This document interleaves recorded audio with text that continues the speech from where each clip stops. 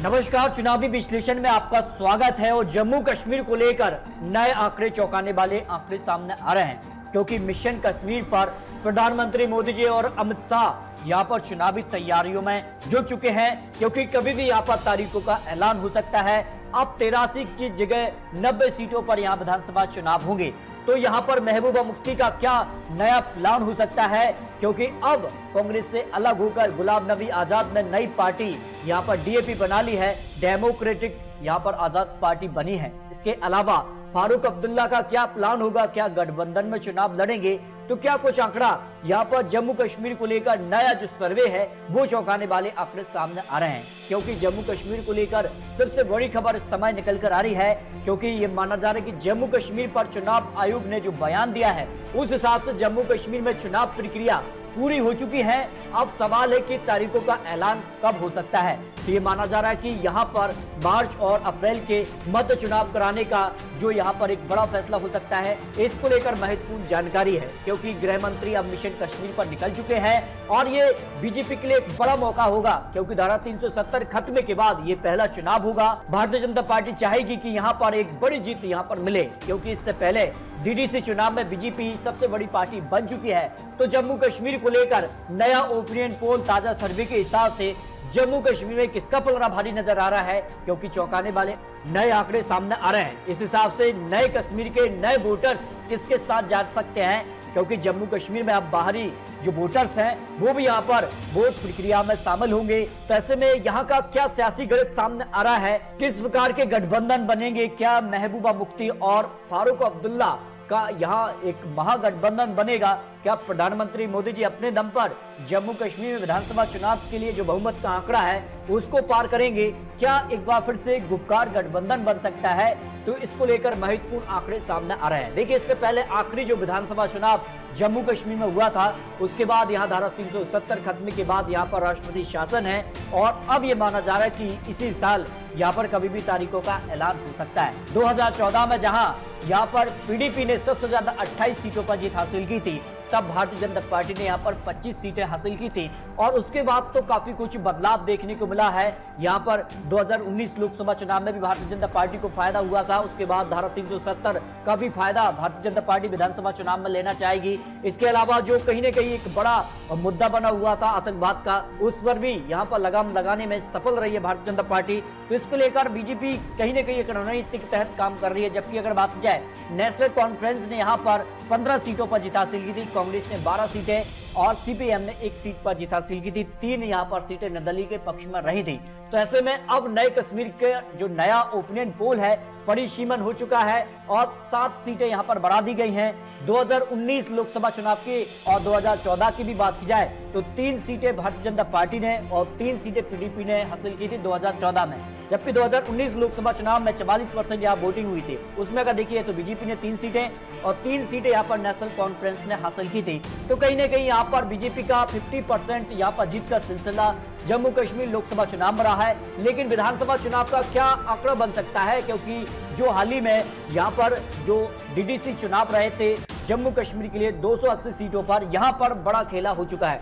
BJP यहाँ पर सबसे बड़ी पार्टी बन चुकी है, 70 सीटें, जबकि 7 जो यहाँ पर पार्टी है गुफकार गठबंधन, इनके साथ चुनाव था, उनने 97 सीटें हासिल की थी, यानी 7 पार्टियों ने 97 सीटें और भारतीय जनता पार्टी अकेले दम पर 70 सीटों पर जीत हासिल की थी।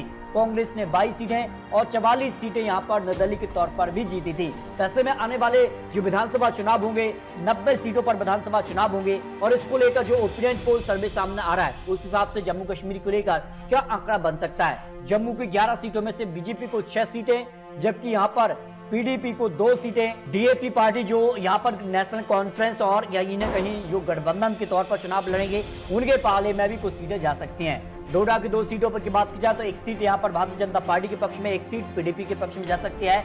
सबसे अगर बात की जाए पुलवामा की 4 सीटों में बीजेपी को सबसे ज्यादा 3 सीट की संभावना, पीडीपी को 1 सीट पर जीत की संभावना हो सकती है।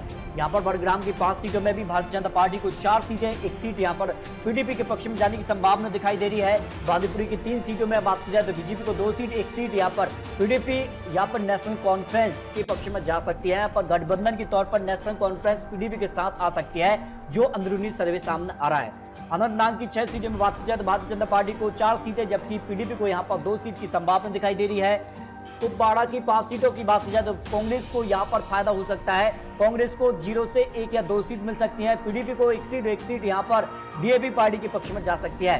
खंडवा की 5 सीटों में बीजेपी को 3 सीट की संभावना, 1 सीट पीडीपी और 1 सीट यहां पर डीएपी पार्टी के पक्ष में जा सकती है। यहाँ पर गदरबली की 2 सीट पर बात की जाए तो बीजेपी को यहाँ पर 1 सीट पीडीपी के पक्ष में जाने का अनुमान ओपिनियन पोल के हिसाब से लगाया जा रहा है। सांबा की 2 सीट की बात की जाए तो बीजेपी को यहाँ पर 1 सीट डीएपी पार्टी के पक्ष में जाने की संभावना ओपिनियन पोल के हिसाब से दिखाई दे रही है। रामबाग की 2 सीटों में बीजेपी को 1 सीट और 1 सीट यहाँ पर पीडीपी यहाँ पर डीएपी पार्टी के पक्ष में जाने की संभावना दिखाई दे रही है। रियासी की 3 सीटों की बात की जाए तो बीजेपी को सबसे ज्यादा 2 सीट पर जीत की संभावना दिखाई दे रही है। 1 सीट पीडीपी यहाँ पर डीएपी पार्टी के पक्ष में जा सकती है।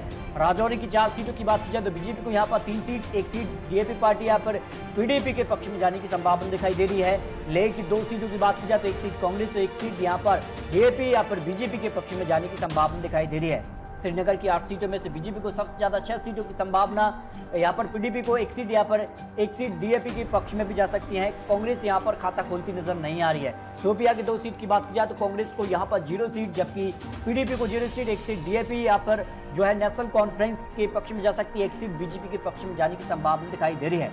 इस तरह से जम्मू कश्मीर को लेकर जो अनुमान है उस हिसाब से 90 सीटों के जो आंकड़े हैं उसमें भारतीय जनता पार्टी को जो बहुमत का आंकड़ा है उसके आगे भारतीय जनता पार्टी निकलती नजर आ रही है। यानी 46 सीटों का जो बहुमत का आंकड़ा है, भारतीय जनता पार्टी को करीब 51 सीटें यानी 50 सीटों के पार भारतीय जनता पार्टी अपने दम पर बहुमत का आंकड़ा। जम्मू कश्मीर में आज विधानसभा चुनाव हो जाते हैं तो भारतीय जनता पार्टी को 50 सीटों से ज्यादा सीटें मिलने का अनुमान ओपिनियन पोल के हिसाब से लगाया जा रहा है। कांग्रेस को 0 से 6 सीट की संभावना दिखाई दे रही है, जबकि नेशनल कांफ्रेंस पीडीपी को 19 सीटें और यहाँ पर डीएपी पार्टी को करीब 10 से 11 सीट की संभावना दिखाई दे रही है। इस तरह से जम्मू कश्मीर को लेकर जो अनुमान ओपिनियन पोल सामने आ रहा है उस हिसाब से जम्मू कश्मीर में भारतीय जनता पार्टी अपने दम पर कमल खिलाने में सफल हो सकती है। यानी धारा 370 का फायदा उनको मिल सकता है नए कश्मीर को लेकर जो नया ओपिनियन पोल सामने आ रहा है। तो दोस्तों, जम्मू कश्मीर को लेकर ये चुनावी आंकड़े, चुनावी अनुमान है। आने वाले वक्त में किस कार से चुनावी प्रचार होते हैं और किस कार के यहाँ पर गठबंधन होते हैं, उसके बाद ये आंकड़े बदल सकते हैं। तो आपको अपनी राय कमेंट बॉक्स में जरूर रखने हैं। क्या जो गुपकार गठबंधन जो डीडीसी चुनाव में बना था 7 पार्टियों का, क्या एक बार फिर से बनेगा या भारतीय जनता पार्टी अपने दम पर बहुमत का जो आंकड़ा है उसको हासिल कर लेगी? इस पर अपनी राय रख सकते हैं। तो मिलते हैं दोस्तों लेटेस्ट और महत्वपूर्ण विश्लेषण ओपिनियन पोल के साथ। तब तक जय हिंद, जय भारत।